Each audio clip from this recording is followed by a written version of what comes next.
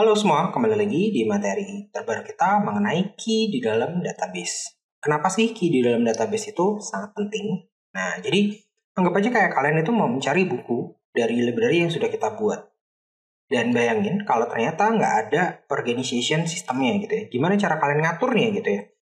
Kalian akan mau mencari menggunakan apa gitu ya. Nah, di sini akan membuat kalian kesulitan dan makanya kita akan menggunakan key di sini. Nah, dalam key konsep sendiri ada beberapa hal yang harus kalian lakukan. Nah, yang pertama, key itu adalah unique identity record.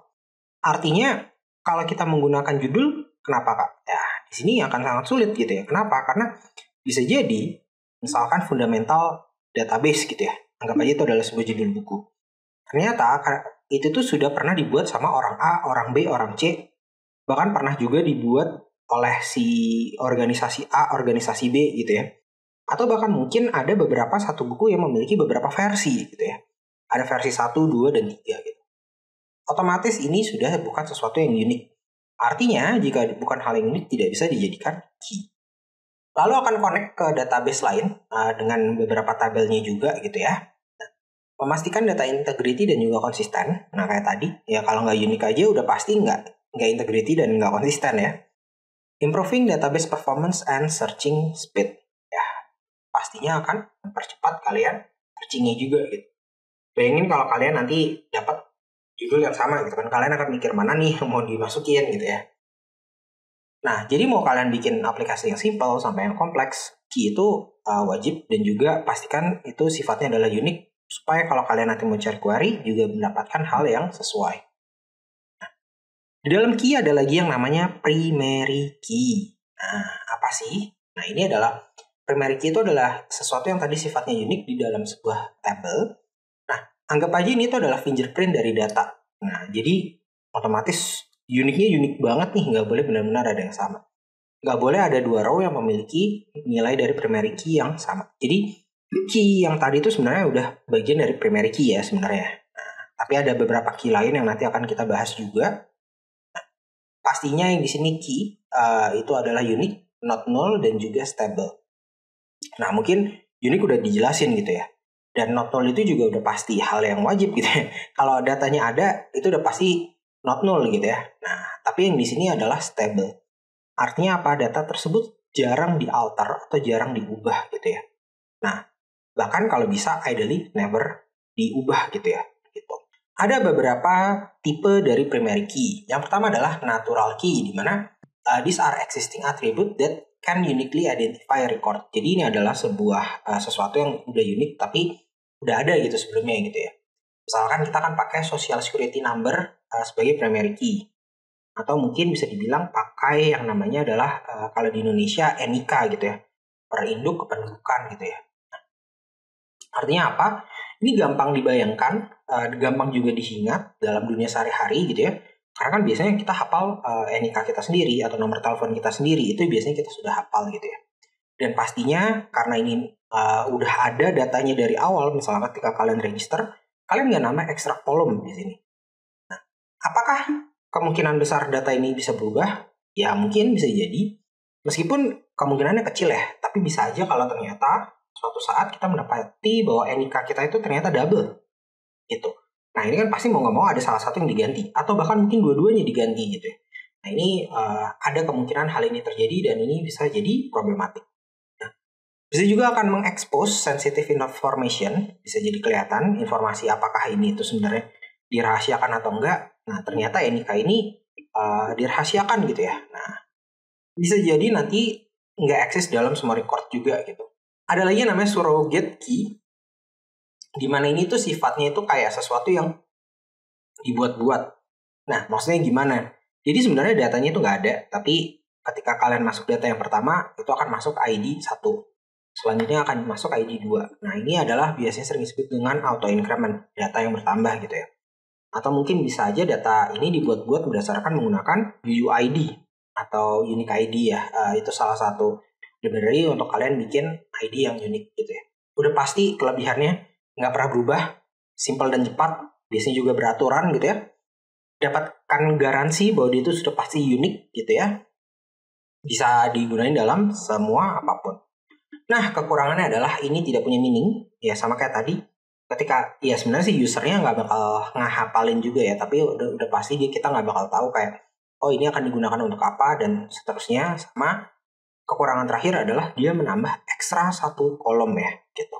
Nah, jadi misalnya ada customer table, kita bisa buat surrogate primary key berupa customer ID. Nah, ini tuh adalah sifatnya nanti, saya adalah user ID pertama gitu ya, nanti akan dapat 1, 2, nanti ketiga, dan seterusnya. Nah, dalam beberapa cases di sini surrogate key itu lebih menjadikan preferensi, di mana menjadi primary key karena dianggap lebih simpel, lebih stable, dan lebih efisien gitu ya. Nah, ada yang namanya foreign key atau FK gitu ya. Nah, apa sih kalau foreign key ini? Foreign key ini tuh adalah bisa dibilang kalau kalian nanti akan punya table dan nanti kalian punya primary key, tapi kalian nanti mampir ke table yang orang lain ya.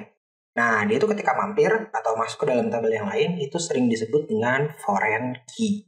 Kenapa? Karena di situ tabel tersebut sudah memiliki primary key dan dia mendapati primary key dari tabel lain, makanya disebut dengan foreign key gitu ya.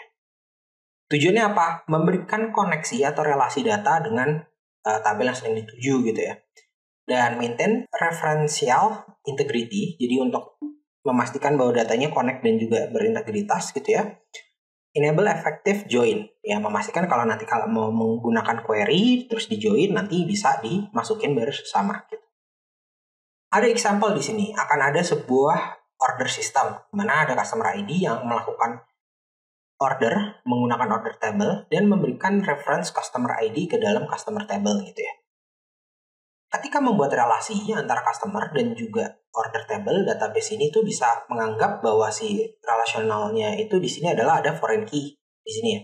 Jadi ketika customer melakukan order kan itu masuk ke dalam tabel order. Nah, nggak perlu semua data customer dimasukin, cukup si customer ID-nya aja gitu ya. Nah, apa yang foreign key cegah gitu ya di sini? Tanpa foreign key constraint, kita akan bisa mendapatkan bahwa orders itu yang berhubungan dengan customer itu nggak ada ya, karena kita nggak tahu nih yang order siapa gitu ya, gitu, karena nggak ada relasinya dengan tabel customer gitu ya. Inconsistent data ya udah pasti ya, kalau misalkan ordernya diubah dari alamat satu ke alamat yang lain dan selanjutnya itu akan sangat kesulitan gitu ya. Difficulty tracking relationship between data, ya kalau nggak ada relasinya apa yang mau di track gitu ya, udah pasti juga semakin sulit. Di sini akan ada referential action, di mana apa aja yang bisa kalian lakukan. Di sini tuh kalian ketika mendelete sebuah data atau update primary key, nah yang memiliki relasi atau reference ke foreign key lain, apa sih yang bisa kalian lakukan? Nah, di sini adalah cascade. Ya, ini artinya disikat aja gitu ya. Jadi automatically update delete related foreign key records. Jadi langsung dihabisin gitu ya. Set null. Nah, ini yang lebih secure atau lebih normal ya bisa dilakukan. Jadi daripada data di tabel A dihapus gitu ya, data di tabel B ikutan kehapus enggak? Karena dia ada foreign key-nya gitu ya. Nah, kalau di set null itu nggak dihapus, tapi dijadiin kosong, di set null gitu ya. Nah, ada lagi restrict. Nah, ini kalau ini di prevent artinya tidak boleh dilakukan. Datanya ada hubungan loh sama yang sebelah sana gitu ya. Jangan dihapus gitu ya, gitu. Di sini ada example di mana kita akan coba untuk menghapus sebuah customer. Nah, semua orderannya itu akan bisa di-delete menggunakan cascade atau misalkan di sini ID-nya bisa di set null gitu ya. Nah, aku sendiri lebih prefer untuk set null atau mungkin sekalian restrict karena cascade itu harusnya kecil kemungkinannya untuk hal itu dilakukan gitu ya. Gitu. Kayaknya cukup jarang dimana kayak kita mau menghapus data terus semua tabelnya ikutan hapus, itu agak jarang gitu. Ada lagi yang namanya composite key. Nah, di sini adalah apa sih composite key? Jadi, a composite key is a primary key made up of two or more columns that together uniquely identify a record. Jadi ini tuh dibuat dari dua primary key ya, bisa dibilang. Kapan hal ini dilakukan? Kalau ada junction table, di mana table itu punya relasi many to many, ya. Combine uniqueness, jadi misalkan nggak ada satu kolom yang unik gitu ya, yaudah akhirnya di-combine aja gitu. Karena kan kalau di-combine, chance untuk uniknya lebih besar gitu ya. Misal ada di sini ada kalian itu melakukan enrollment system atau daftar ulang gitu ya, misalnya di sini. Mereka itu bisa punya banyak courses dan setiap course itu punya banyak student. otomatis kita akan memiliki sebuah tabel bernama student courses, di mana akan memiliki student ID dan juga course ID. Nah, di sini composite key-nya itu bisa memastikan bahwa ensuring a student can be enrolled at the same course twice gitu. Bisa dibuat dengan tujuan supaya nggak ada nih satu student yang masuk ke dalam kelas yang sama gitu ya. Ada juga beberapa hal yang bisa kalian consider. Ada yang namanya super key, candidate key, primary key, dan alternate key juga gitu ya. Nah, mungkin kita bahas sedikit di sini. Di sini kita bisa lihat ada super key. Nah, ini adalah sebuah set di mana column itu can be uniquely identify a row, might include an unnecessary column gitu. Jadi simpelnya ini tuh sesuatu yang sifatnya sangat-sangat unik ya. Gitu. Jadi dari awal mungkin dia bukan primary key tapi dia unik dan mau dijadikan itu juga bisa. Candidate key ini adalah minimal super key. Nah, jadi kalau kalian hapus itu tuh bisa mengurangi uniqueness-nya gitu ya. Gitu. Sebuah tabel juga bisa memiliki banyak multiple candidate key. Jadi kayak sebenarnya nggak kayak gitu juga sih, kayak di dalam kandidat key itu kalau kalian ngerasa kayak oh ini kayaknya bisa nih untuk jadi super key gitu atau untuk jadi primary key ya, itu bisa dilakukan. Jadi dari banyak super key dan kandidat key, nah sebenarnya hierarkinya dari primary key ke super key ke kandidat key ya. Nah ini tuh sebenarnya primary key itu adalah yang dipilih gitu ya. Bisa jadi satu primary key itu dipilih dari 5 super key. 5 super key itu dari 10 kandidat key. Itu bisa aja chance seperti itu terjadi gitu. Nah, ada alternate key adalah yang gagal untuk dijadikan primary key. Jadi kalau ada sesuatu yang sifatnya gagal dijadiin primary key ini sebenarnya alternate key gitu ya. Nah, misal di sini ya. Jadi ada sebuah tabel employee table di mana akan ada employee ID, email, dan SSN. SSN itu mungkin semacam nomor induk karyawannya juga kali ya. Nah semuanya ini tuh adalah unik gitu ya. Makanya bisa dibuat sebagai kandidat key. Tapi biasanya kita akan pilih satu, yaitu adalah si employee ID sebagai primary key gitu. Karena dipastikan lebih unik dibandingkan sama yang lain gitu ya. Dan itu tadi, ini kan sebenarnya tadi ada natural dan juga ada, kalau kita lihat masih di awal gitu ya, ada natural dan juga ada surrogate ya. Nah ini sebenarnya kalau si employee ID itu akan masuk ke dalam surrogate. Dimana di dalam surrogate itu pastinya akan lebih bagus untuk kalian melakukan sesuatu. Nah akhirnya apa? Nah database kini itu adalah kunci kalian untuk menentukan si tabelnya. Jadi sebelum kita masuk ke dalam desain tabelnya sendiri, kita harus memastikan setiap data di setiap tabelnya itu sudah bagus. Dan kita akan memiliki beberapa pilihan kayak tadi. Ada candidate key, ada super key, ada primary key. Itu udah kita dapetin. Kita baru mengatur relasinya antara satu tabel ke tabel yang lain. Ketika kalian nanti bikin database yang baru, pastiin primary key itu tadi unik. Foreign key itu yang bisa membuat relasinya antara satu tabel dan tabel lain lebih bagus. Juga performance implication dari kalian kenapa pilih key tersebut. So far biasanya surrogate key tadi cukup bagus untuk digunakan. Sama nantinya kalian juga harus ngelakuin best practice di mana bisa untuk melakukan maintain data integrity-nya ya.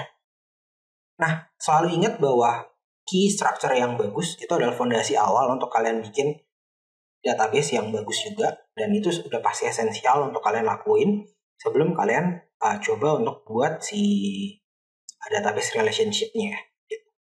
Oke, itu aja untuk materi tentang key di dalam database. Sampai ketemu lagi di video selanjutnya. Dadah.